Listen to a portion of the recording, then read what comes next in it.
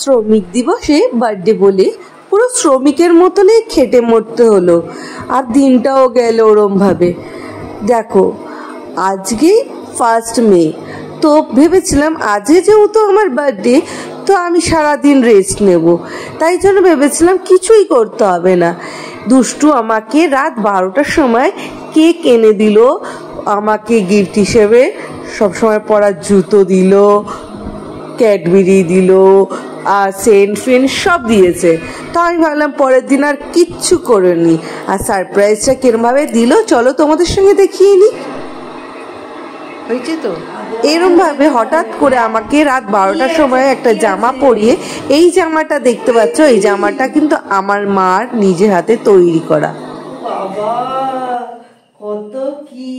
এই জামাটা আমার মার অনেকদিন আগেই বানিয়ে দেওয়া, এবছরের জামাটা আর বানিয়ে দেওয়ার টাইমই পাইনি।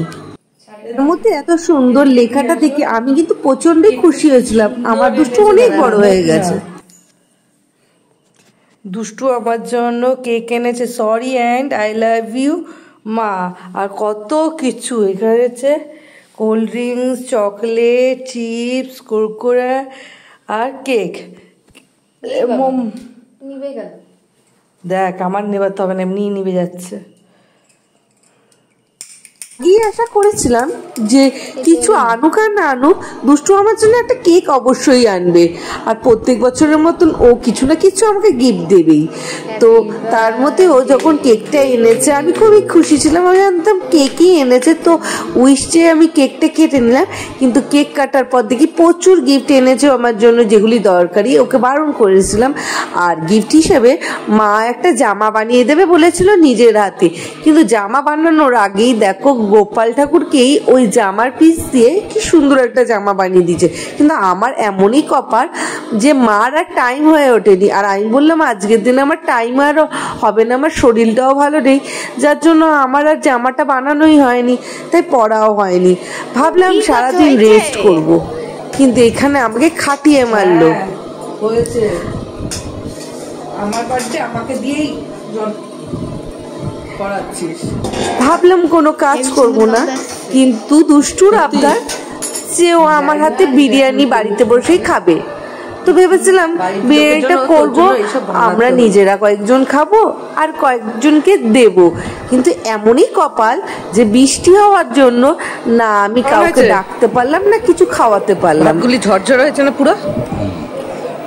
তো ভাগ্যিস তাও বাবা ছুটি করে কাজের থেকে এসেছিল, নাহলে তো আমার ছুটির দিনে প্রায় বাবা ছুটিই থাকে না। আমার জন্য সরকার সবাইকে ছুটি দিয়েছে সত্যি, কিন্তু বাবা তো আর সরকারি চাকরি করেন না, তাই জন্য ছুটি পায় না। ছুটি করে বাবা ঠিক চলে এসছে। একটু নুন কম বেশি সেটা হতে পারে, শরীর খারাপ হওয়া সত্ত্বেও আমি কিন্তু যথেষ্ট চেষ্টা করে ওদেরকে খাইয়ে খুব আনন্দই পেয়েছিলাম। আর সকালবেলার টিফিনটাও অসাধারণ হয়েছিল, কিন্তু সেটা তোমাদের সঙ্গে তুলে ধরা হয়নি। এই দুষ্টুর মুখের খুশিটা দেখার জন্য আমি একটু হলেও চেষ্টা করি। তারপরে ভাবলাম সারাদিনে কিছু না কিছু প্ল্যান করব, কিন্তু এত ঝড় বৃষ্টি হলো যে কিছুই হয়ে উঠলো না। তারপরে দুষ্টুর আমাকে গিফট, সে আমার হাতে নেলস করে দেবে, কিন্তু আমার আর শরীর সত্যি এতটাই খারাপ যে আমি পাগলির মতনই সারাদিন পড়েছিলাম।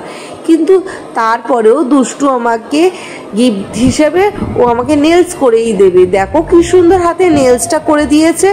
আমি কিন্তু ও এই দিয়ে শুয়ে পড়েইছিলাম, সেই জামাটা যখন থেকে দেখছো সেরকমই পরে রয়েছি। সারাদিন যে আমার এক্সট্রা করে খুব আনন্দ হবে সেটা তো হলোই না, কিন্তু হাতের নেলসগুলি খুবই সুন্দর করে দিয়েছে দুষ্টু। তো ওকে দিয়েও এখন কিন্তু কাজগুলি করানো হয়, ও অনেক সুন্দর হাতের কাজ করে। তো এরমভাবেই আমার দিনটা চলে গেল।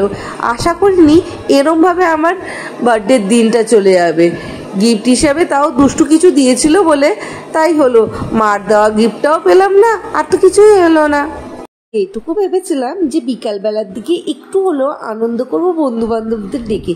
এই ঝড় বৃষ্টি জলেতে পুরো দিন রাত সব মাটি হয়ে গেল, শ্রমিক তো বিশেষ শ্রমিকই হয়ে গেল।